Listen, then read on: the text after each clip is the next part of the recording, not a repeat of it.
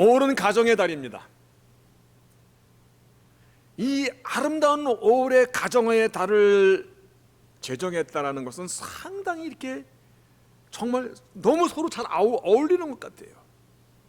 이 아름다운 5월달, 계절의 여왕이라 부르는 이 5월달, 정말 푸른 그 하늘, 맑은 공기 가운데 있는 이 5월을 가정의 달로 정한 것은 참 많은 의미를 우리에게 말씀하고 있다, 그렇게 생각이 됩니다. 오늘 가정에 대해서 말씀을 나누고자 합니다. 가정에 대해서. 그런데 가정에 대해서 말씀을 나눌 때 가장 힘든 것이 있습니다. 무엇이 힘든지 아세요? 어떤 분이 그러더라고요. 깨진 가정들이 많아서 그 가정에 대해서 말씀하기 힘든 거 아닙니까? 물론 그것도 그 이유가 있을 것입니다만 더 힘든 것은 이미 사람들이 자기는 가정에 대해서 다 알고 있다라고 생각한다는 것입니다. 그것이 맞는 것인지 틀린 것인지, 맞는 지식에서 있는 것인지 아니면 잘못된 경험 속에서 알고 있는 그런 가정관인지, 여튼 자기가 알고 있다라고 생각합니다.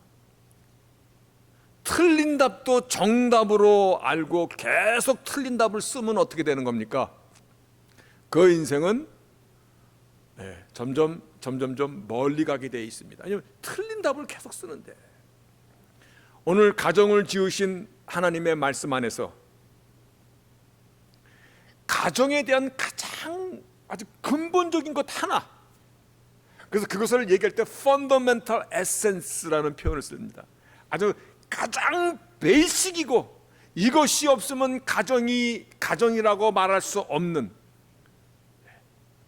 이것이 없으면 아무리 가정이라는 울타리라도 정말 울타리 없는 그러한 집과 같은, 오늘 하나님께서 말씀하시는 가정의 기본 원칙 한 가지를 같이 나누고자 합니다.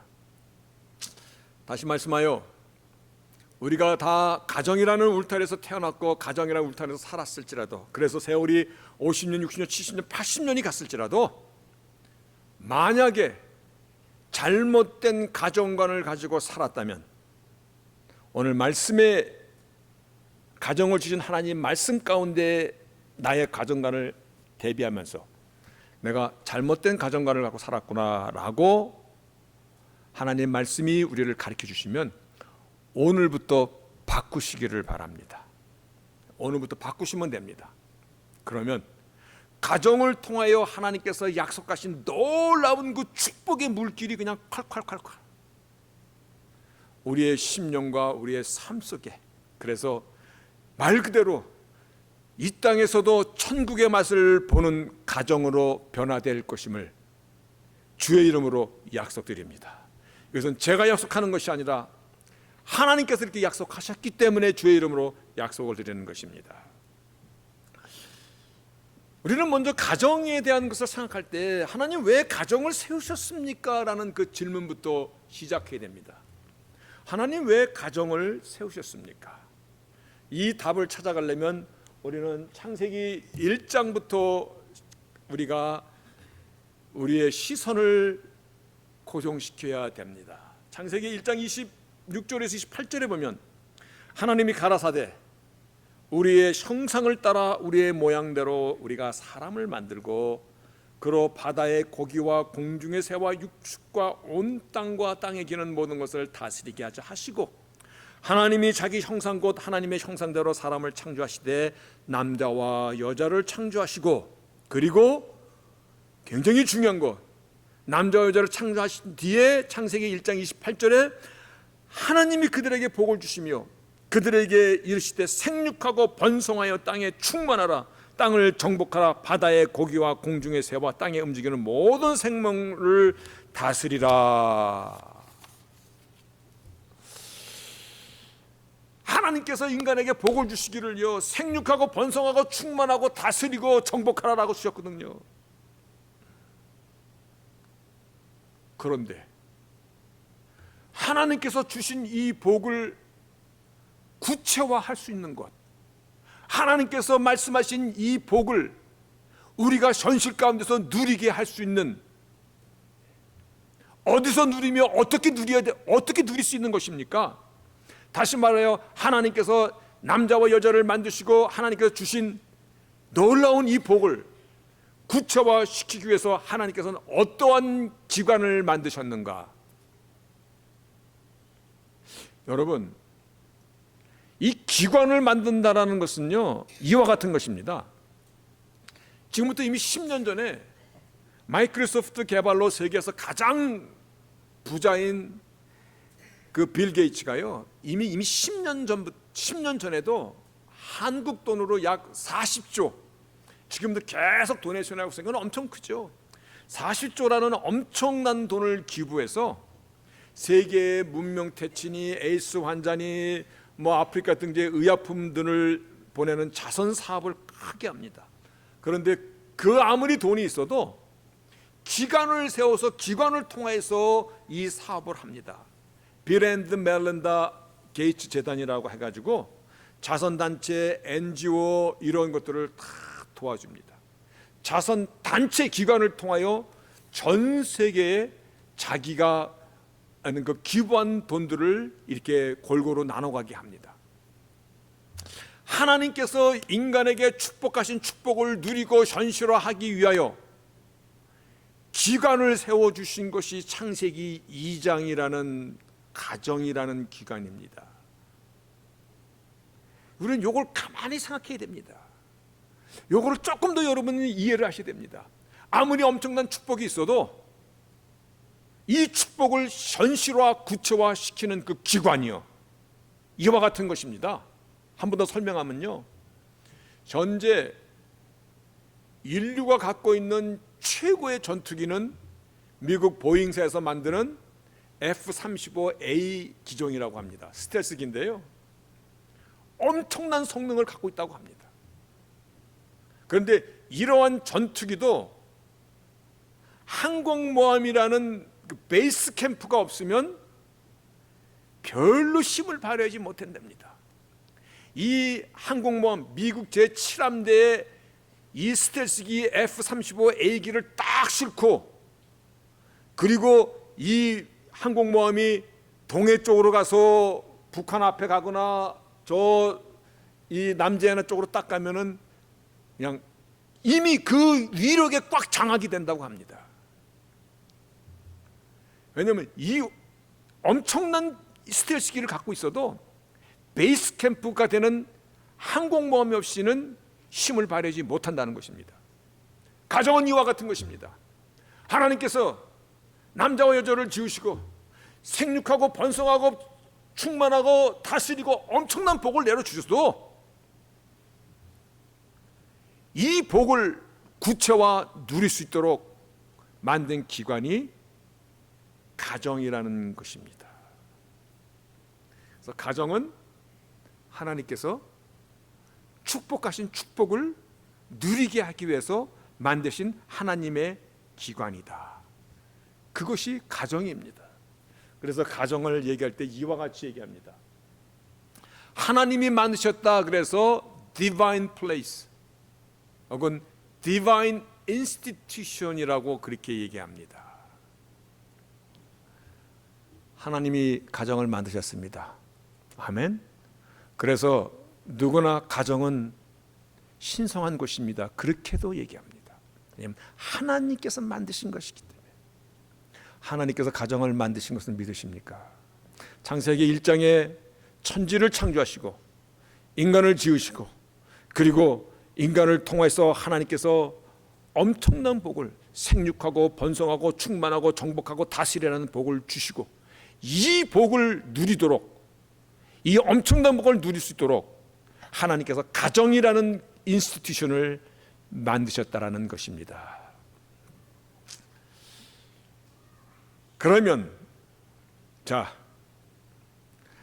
가정이 하나님의 만드신 기관이기 때문에 가정은 반드시입니다. 반드시 하나님의 법과 질서가 살아 있어야만 된다라는 것입니다. 하나님께서 만드신 기관이기 때문에 하나님의 법과 질서가 지켜질 때 가정을 통한 하나님의 축복이 큰 물결처럼 우리의 삶 속에 들어오게 되어 있는 것입니다. 하나님이 만드셨기 때문에 하나님의 법과 질서가 지켜져야만이 하나님이 약속하신 그 축복이 가정으로 들어와서 정말 가정이 천국의 맛을 보는 것이고, 자녀들은 그 안에서 싱싱하게 잘 자라는 것이고, 내 집보다 더한 것이 어디 있는가? 가정에 들어가는 기쁨과 사랑과 충만과 안식과 평화와 성숙과 서로의 배려와 아낌이 있는 것입니다. 복된 가정이 거기서 시작되는 것이거든요. 이거는 굉장히 중요한 것이기 때문에 한 번 더 정리하겠습니다. 가족은 하나님께서 축복의 베이스 캠프로 만드신 하나님의 기관입니다. 이것이 가정에 대한 가장 에센스입니다. 우리를 축복하시고 풍요로운 인생을 살게 하시고자 하나님께서 만드신 하나님의 기관입니다. 그래서 반드시 하나님의 법과 질서가 요구되는 것입니다. 하나님의 법과 질서가 요구되는 것이에요. 만약입니다, 하나님께서 가정을 만드신 기관이 아니라면 어쩌면 법과 질서가 요구되지 않을 수도 있을 것입니다.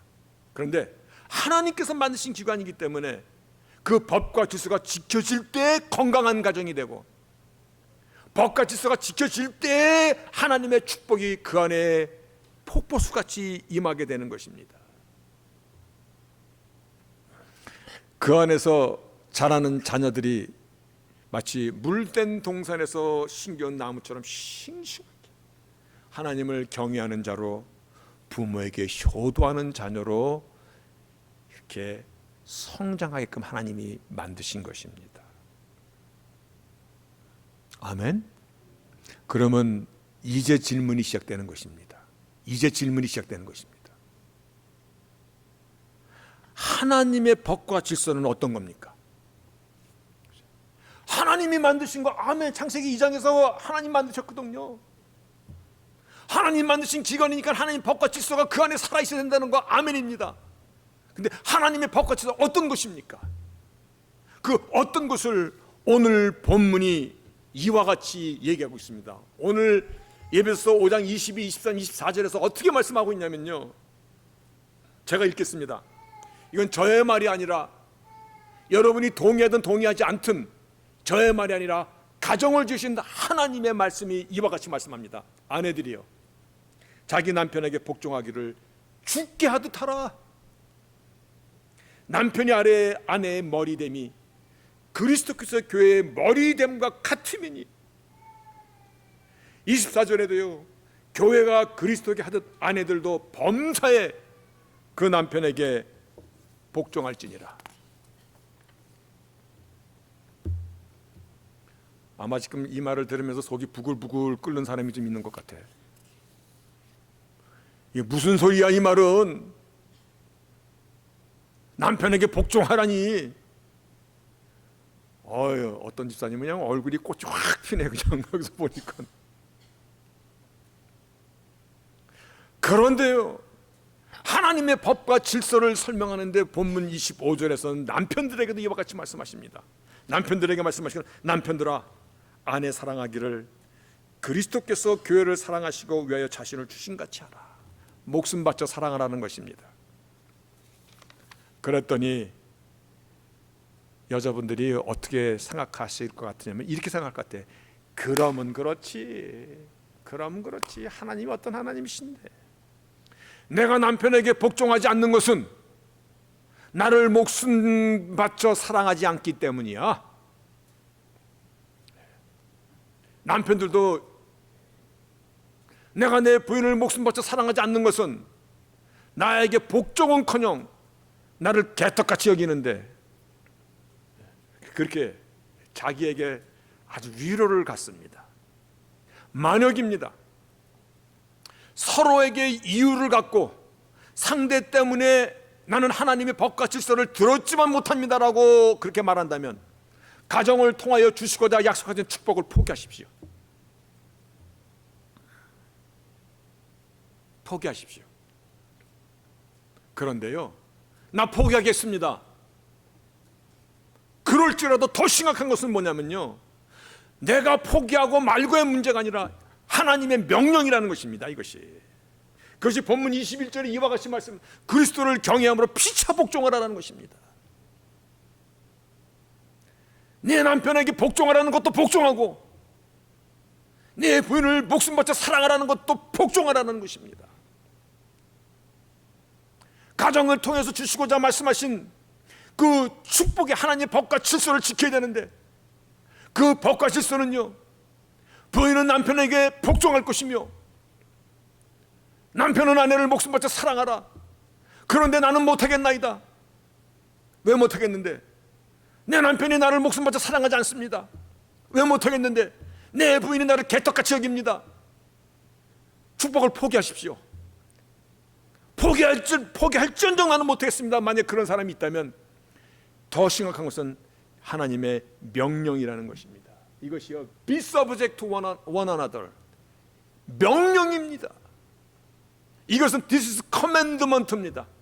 십계명만 명령이 아니고, 십계명만 계명이 아니고요, 나와의 다른 신을 섬기지 말라, 이것만 계명이 아니라 이것도 계명과 똑같은 것이라는 것입니다. 피차에 복종하라. 나를 부인이 주장하고 부인은 남편이 주장하고, 부인들은 남편에게 복종하고 남편들은 아내를 사랑하기를 그리스도께서 교회를 사랑하시기를 하서 자신을 주신같이 사랑하라. 이것이 This is commandment입니다. 계명이라는 것입니다. 심각해집니까? 심각한 것입니다. 가정은 심각한 것입니다. 존경하고 복종하며 사랑하며 서로 복종하며 살아가는 것이 얼마나 힘듭니까? 그렇죠? 정말 힘듭니다. 결혼해서 살아본 사람들은 설명이 필요 없습니다. 얼마나 힘든지. 얼마나 힘들고 아팠으면 차라리 찢어졌겠습니까? 얼마나 아팠으면 뒤도 돌아보지 않고 걸음을 걸어야 했습니까?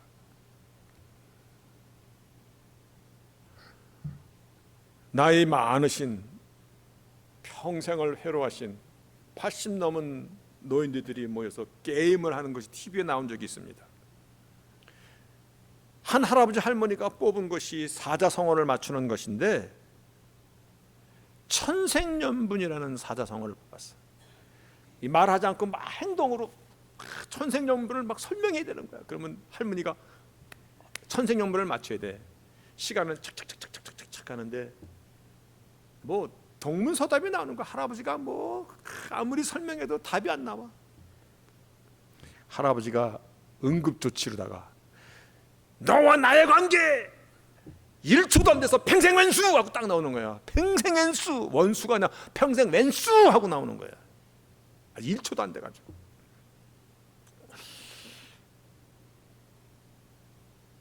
가정에서 하나님의 법과 질서가 지켜지고요, 가정마다 풍성한 기쁨과 행복이 넘치고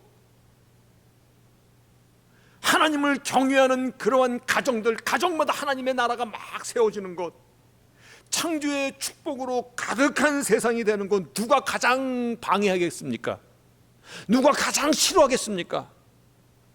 사단 마귀가 그거 가만 놔두겠습니까? 사단이 작전을 짜지 않겠습니까? 어떻게 하면 가정을 무너뜨릴까? 어떻게 하면 부부 사이를 이간시킬 것인가?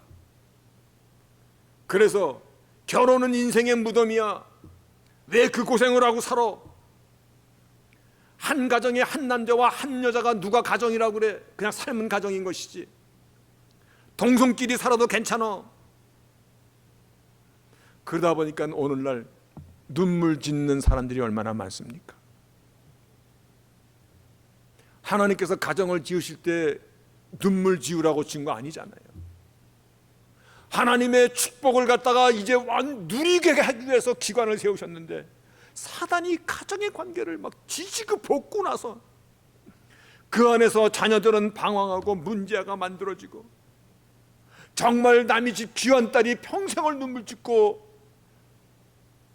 뭐 요즘엔 좀 덜합니다만 예전에는 주홍 글씨, 이혼녀, 요즘에는 아주 더 사단이 활개를 쳐서 돌아온 싱글들이야 하면서 뭐 별 찬사를 다 붙여줍니다. 가정에 대한 축복을 받는 길은요, 하나님의 법과 질서를 지키는 데서부터 시작이 됩니다. 부인은 남편에게 복종하고, 남편은 부인 사랑하기를 목숨 바쳐 사랑하고, 그 안에서 자녀들은 부모를 공경하고. 그렇죠? 힘들잖아요. 살아봤지만 그거 쉽습니까? 굉장히 힘들거든요. 남편에게 복종하고 막 부인을 뭐 사랑하고, 이거 굉장히 힘든 거거든요. 다시 말해 하나님의 법과 질서를 지키는 거 굉장히 힘듭니다. 그래서 오늘 본문 15절에서 18절에 보면 이와 같이 말씀하고 있습니다. 너의 신과 능으로 안 되니까 이와 같이 말씀하고 있습니다. 너희가 어떻게 행할 것을 자세히 주의하여 지혜 없는 자같이 말고 오직 지혜 있는 자같이 하며 세월을 아끼라. 때가 악하니라. 그러므로 어리석은 자가 되지 말고 오직 주의 뜻이 무엇인가 이해하라. 술 취하지 말라. 이는 방탕한 것이니 오직 성령의 충만을 받으라. 주의 뜻을 알으라는 것입니다.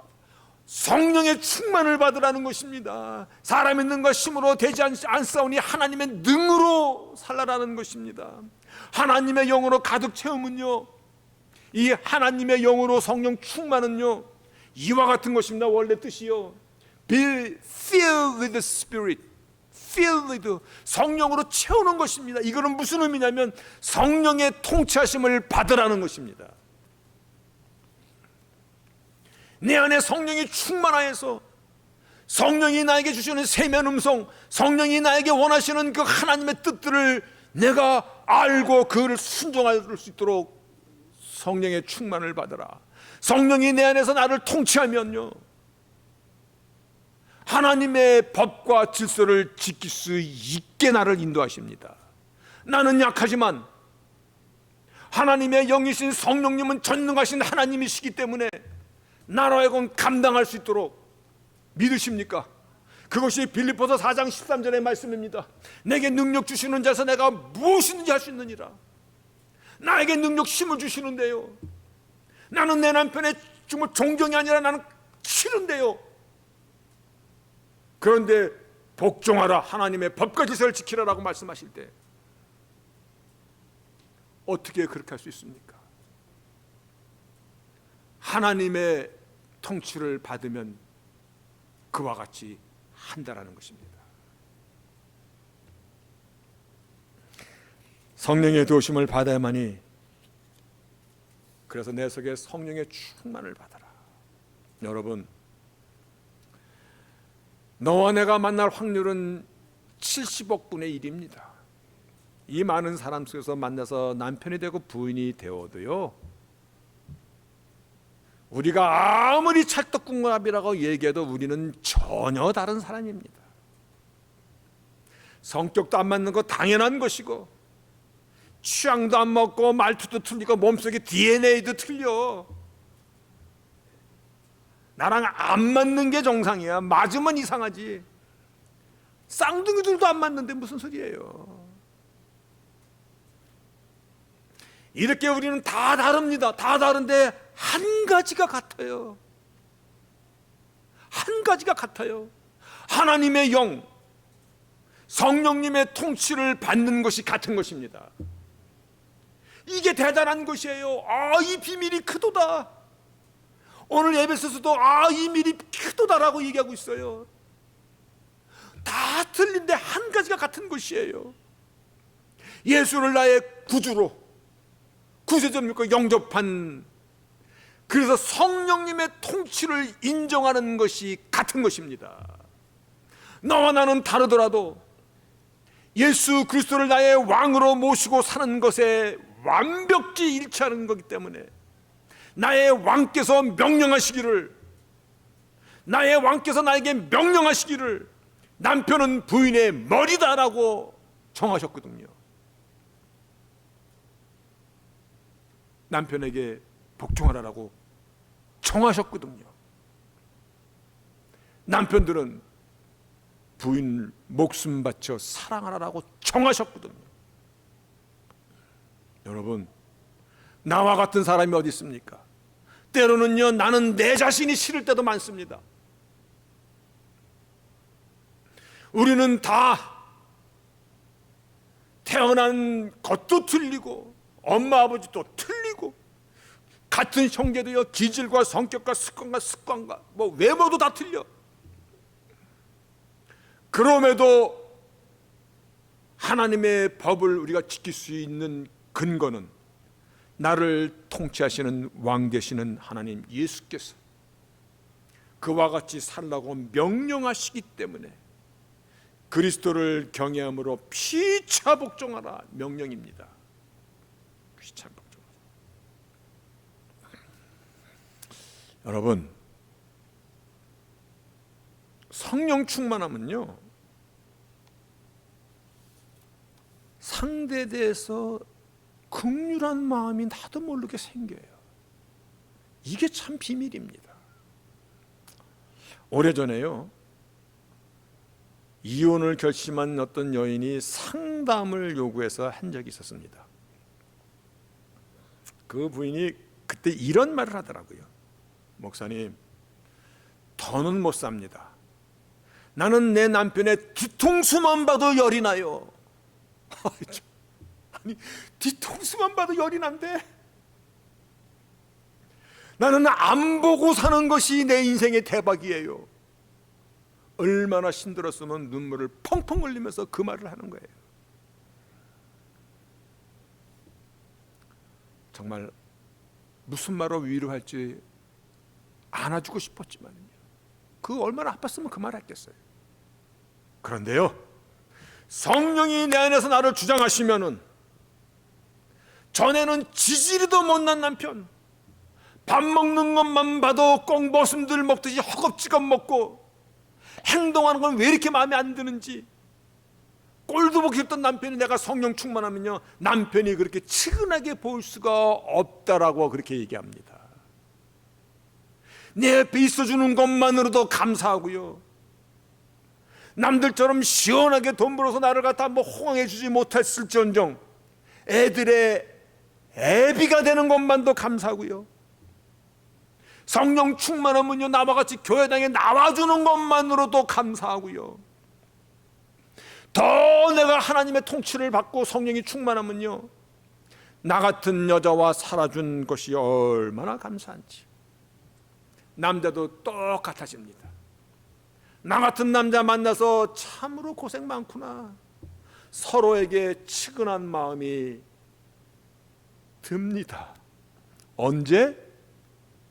성령 충만하면 그렇습니다. 꼴보기 싫은 남편도요, 성령이 나를 통치하시면요, 이 마음을 하나님께서 주장하시면 하나님의 법과 질서를 지킬 수 있도록 나에게 신관능을 더하신다는 것입니다. 사라가 아브라함을 나의 주여라고 불렀듯이 내가 성령이 충만한 하나님의 사람으로 날마다 새로워지면요, 나의 남편은 나의 주인이십니다라는 이 고백이 왜 안 나옵니까? 성경이 가짜입니까?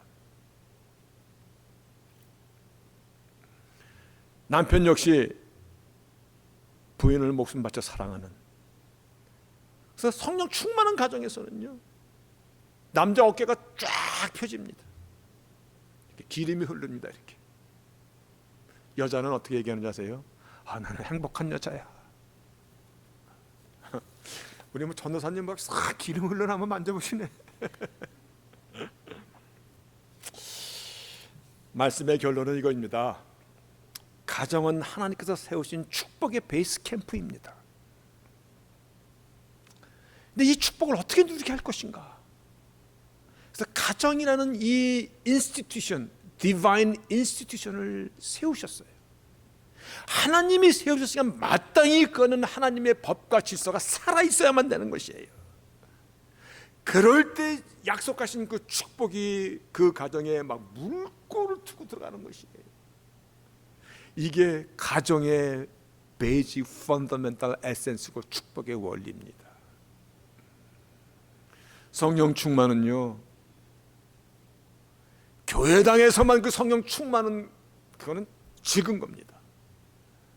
우리가 일상상 가정에서 살아가잖아요. 가정에서 사랑과의 관계에서.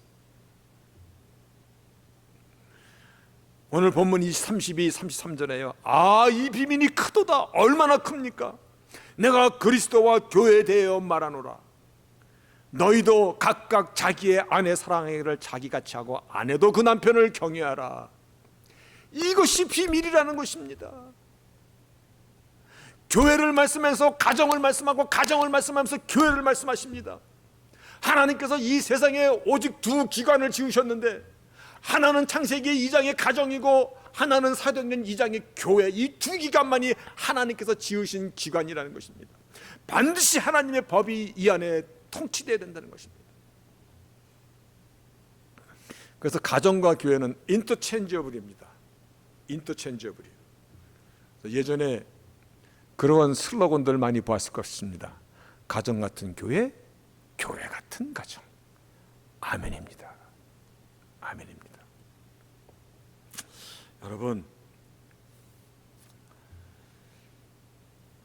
각각 다른 존재, 전혀 다른 존재가 한 몸을 이루면서 같은 곳을 바라보는 것입니다. 공동의 운명처럼 살아가는 것입니다. 서로에게 레스폰시블이 있는 것입니다. 어떤 레스폰시블? 무책임한 사람이요, 결혼했으니까 됐잖아 그러고 그냥 사라지면 얼마나 무책임해요. 서로의 인생 여정을 등을 기대해 줄 수 있도록 자기 건강도 자기 마음대로 하면 안 되는 것입니다. 10%는 부인 놔두고 그냥 일찍 가버리면 어떡해?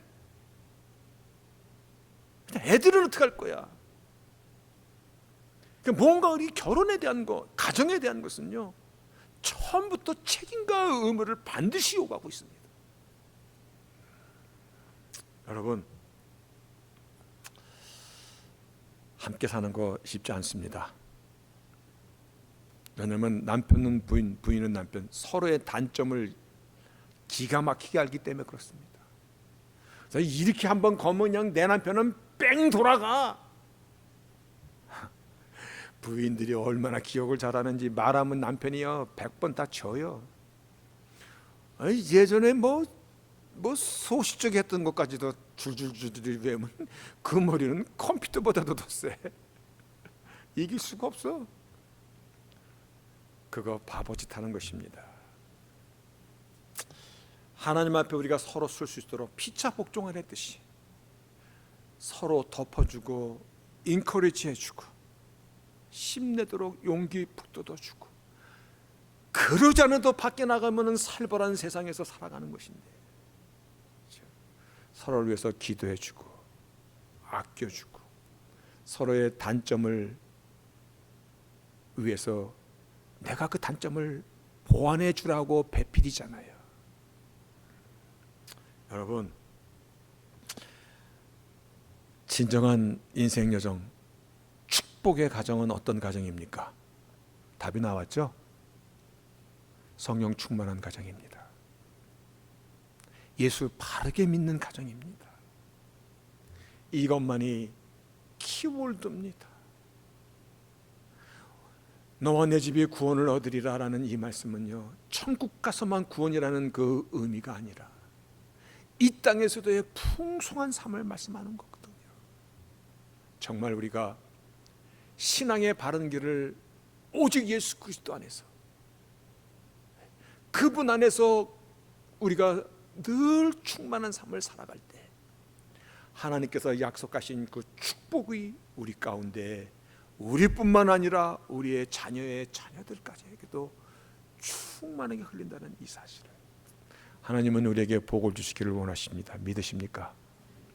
여러분, 인생을 이제부터 살아가실 때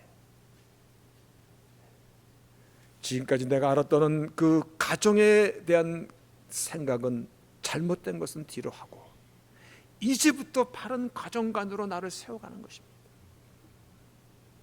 혹 만약에 앞으로 내가 또 결혼을 한다면 나는 이와 같은 가정과 이와 같은 신앙의 사람과 나는 가정을 꾸릴 것이다 라는 이러한 정말 바른 지식을 갖고 나그네 인생 여정, 하나님이 주신 가정이라는 선물을 정말 아름답게 사용할 수 있는 여러분의 복된 가정들 다 되시기를 주의 이름으로 축복합니다.